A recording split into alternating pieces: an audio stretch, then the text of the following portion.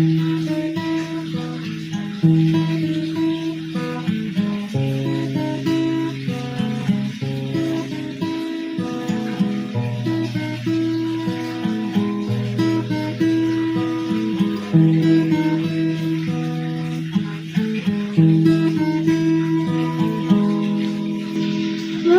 can hurt.